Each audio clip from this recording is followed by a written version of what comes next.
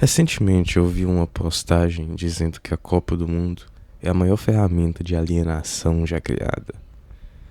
E como estudante de economia, eu sou obrigado a olhar para essas coisas. Quando a Copa começa, parece que o mundo para. As conversas mudam, os assuntos mudam, as prioridades mudam. Pessoas que normalmente não sabem quem é o técnico da seleção passam a discutir as escalações. Gente que nunca se encontra se reúne para assistir os jogos e as redes sociais ficam tomadas por futebol. E aí surge aquela crítica que aparece em toda a Copa. Enquanto vocês assistem aos jogos, os políticos estão roubando. Enquanto vocês comemoram gols, os problemas continuam existindo. Enquanto vocês estão distraídos, alguém está se aproveitando disso. E sabe de uma coisa? A maioria das vezes é verdade. A história mostra isso. Governos já tentaram associar seu sucesso à seleção, empresas lucram bilhões, a mídia dedica uma atenção gigantesca ao torneio. E é impossível negar que existe um componente político e econômico por trás de um evento dessa magnitude. Mas o que me incomoda é outra coisa. Me incomoda quando essa observação vira tipo uma conclusão.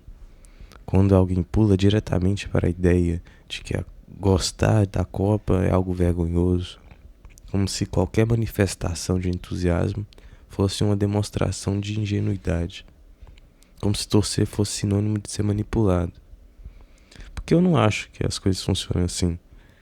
Na verdade, eu acho que essa visão parte de uma compreensão muito limitada do que é um ser humano. Quando eu era mais novo, eu acreditava que ser uma pessoa séria significava estar constantemente preocupado com os problemas do mundo. Parecia existir uma espécie de obrigação moral. Se existe pobreza, você não deveria estar sorrindo. Se existe corrupção, você não deveria estar comemorando. Se existe injustiça, você não deveria estar se divertindo. Quase como se a preocupação permanente fosse uma prova de inteligência. Mas existe uma armadilha nisso, porque você pode passar a vida inteira carregando o peso de todos os problemas do mundo sem resolver nenhum deles. E pior ainda, sem viver. Existe uma diferença entre consciência e obsessão.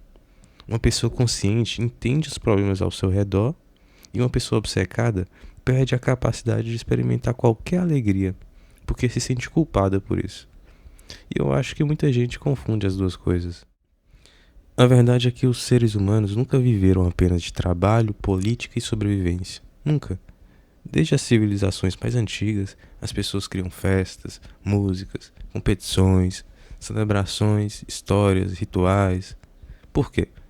Porque ninguém consegue viver sustentando apenas o peso da realidade. A realidade é pesada demais. Você acorda, paga as contas, trabalha, estuda, lida com rejeições, com incertezas, com constante medo do futuro, com responsabilidades, e ainda assim encontra energia para assistir a um filme, ouvir uma música, ler um livro, conversar com os amigos, ir a um show, assistir um jogo. Essas coisas não existem apesar da vida, elas existem porque a vida existe, e são parte dela. Eu acho curioso que raramente alguém acusa um fã de cinema de alienação. Ninguém vê uma pessoa assistindo Tarkovsky e diz: enquanto você assiste isso, existem problemas no mundo. Ninguém fala isso para quem vai a um show ou uma orquestra, para quem lê um Dostoiévski ou um livro mais comum. Mas o futebol recebe esse tratamento com frequência. Talvez porque seja popular, porque mobilize milhões de pessoas ao mesmo tempo. Talvez porque seja muito visível. Mas a lógica continua estranha, porque ela pressupõe que uma pessoa só pode fazer uma coisa, como se quem acompanha a Copa fosse automaticamente incapaz de pensar sobre qualquer outro assunto. E isso simplesmente não é verdade. Você pode torcer para uma seleção e continuar consciente dos problemas do país. Você pode vibrar com um gol e continuar acompanhando a política, comemorar uma vitória e continuar votando com responsabilidade. Uma coisa não anula a outra. Aliás, a maturidade geralmente aparece justamente quando você consegue sustentar duas verdades ao mesmo tempo. A Copa pode ser usada politicamente e ainda assim ser divertida. Empresas podem lucrar bilhões e ainda assim o evento pode gerar momentos genuínos. Os problemas do país continuam existindo e ainda assim você pode sentir alegria. Nenhuma dessas coisas exclui necessariamente as outras. Talvez o maior problema da internet seja a necessidade de transformar tudo em extremos. Ou você ama ou você odeia. Ou é totalmente a favor ou totalmente contra. Ou você é um cidadão consciente ou é completamente alienado. Mas a vida real raramente funciona desse jeito. A vida real é feita de ambiguidades. A cópia é uma dessas ambiguidades. Ela carrega interesses econômicos gigantescos, carrega interesses políticos inegáveis, carrega muita propaganda, mas também carrega algo muito humano. Ela cria experiências compartilhadas e isso está ficando cada vez mais raro. Pense nas últimas vezes em que milhões de pessoas estiveram olhando para a mesma coisa ao mesmo tempo. Não são tantas. Hoje cada pessoa vive dentro do próprio algoritmo. Cada um assiste séries diferentes, escuta músicas diferentes, consome conteúdos diferentes. A atenção das pessoas está completamente fragmentada. Mas durante uma Copa acontece algo curioso. Por alguns instantes, um país inteiro compartilha a mesma expectativa, o mesmo nervosismo, a mesma alegria, a mesma frustração. E existe algo bonito nisso, porque nós fomos feitos para viver experiências coletivas também. Talvez seja por isso que tantas pessoas guardam lembranças tão fortes das Copas. Nem sempre elas lembram dos resultados. Às vezes lembram da sala da avó, do churrasco, dos amigos, da rua pintada, do pai gritando diante da televisão, do irmão mais velho explicando as regras, do impedimento, da sensação de que algo especial estava acontecendo. A memória raramente guarda apenas o futebol, ela guarda o que aconteceu ao redor dele. E é por isso que eu não consigo olhar para a Copa como apenas um instrumento de alienação, porque isso ignora completamente a dimensão humana da experiência. Ignora o fato de que as pessoas precisam de momentos de encontro, precisam de momentos de esperança e precisam de momentos em que o peso da vida fica um pouquinho mais leve. Não para fugir da realidade para sempre, mas para conseguir voltar a ela. No fim das contas, eu acho que existe uma posição muito mais equilibrada. Reconhecer os problemas sem abrir mão da alegria. Manter o senso crítico sem perder a capacidade de celebrar. Entender os interesses por trás do espetáculo sem se tornar incapaz de aproveitar o espetáculo. Porque viver não é apenas analisar o mundo, é também experimentar o mundo. E talvez uma das piores formas de alienação seja justamente esquecer disso.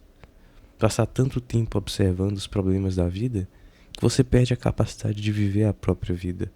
Então eu vou assistir, eu vou torcer, vou provavelmente sofrer, vou reclamar muito do juiz e vou acreditar que dessa vez vai.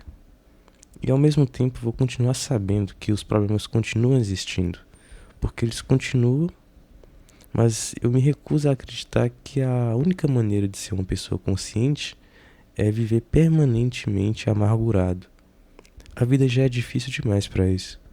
E se por 90 minutos um jogo de futebol consegue reunir milhões de pessoas em torno de uma emoção comum, talvez isso não seja um sinal da nossa alienação. Talvez seja apenas um lembrete da nossa humanidade. E talvez seja por isso que eu gosto da Copa. Não apenas pelo futebol, mas porque ela nos lembra que existe um mundo enorme lá fora. Durante algumas semanas, pessoas de países completamente diferentes estão olhando para os mesmos jogos, vivendo as mesmas emoções, torcendo e sofrendo e comemorando juntas. E eu acho bonito perceber isso. Porque no fim das contas, a gente vive numa época em que é possível conversar com alguém do outro lado do planeta como se estivesse sentado na mesa ao lado. Eu mesmo tenho experimentado isso cada vez mais. E existe uma coisa que mudou completamente a minha capacidade de conhecer pessoas de outros países, consumir conteúdos diferentes e ter acesso a outras culturas, que é claro o inglês. Sinceramente, eu demorei para entender o quanto aprender inglês abre portas, não apenas sobre trabalho, não apenas sobre currículo, mas também o acesso a um mundo muito maior, livros que não foram traduzidos, vídeos, músicas, entrevistas, amizades, conversas que simplesmente não aconteceriam sem isso. E como muita gente me pergunta sobre aprendizado do inglês, eu resolvi indicar aqui o curso que eu considero uma das melhores opções para quem está começando ou quer finalmente sair do básico. Eu vou deixar o link na descrição e eu só faço esse tipo de indicação quando realmente acredito que pode ajudar alguém. Então, se aprender inglês é uma meta sua para os próximos meses, vale a pena dar uma olhada. Mas agora eu quero saber sua opinião também. Você acha que é possível aproveitar a Copa e continuar sendo uma pessoa consciente dos problemas do mundo? Ou uma coisa necessariamente exclui a outra? Me conta aí nos comentários. Nos vemos no próximo vídeo. Abraço.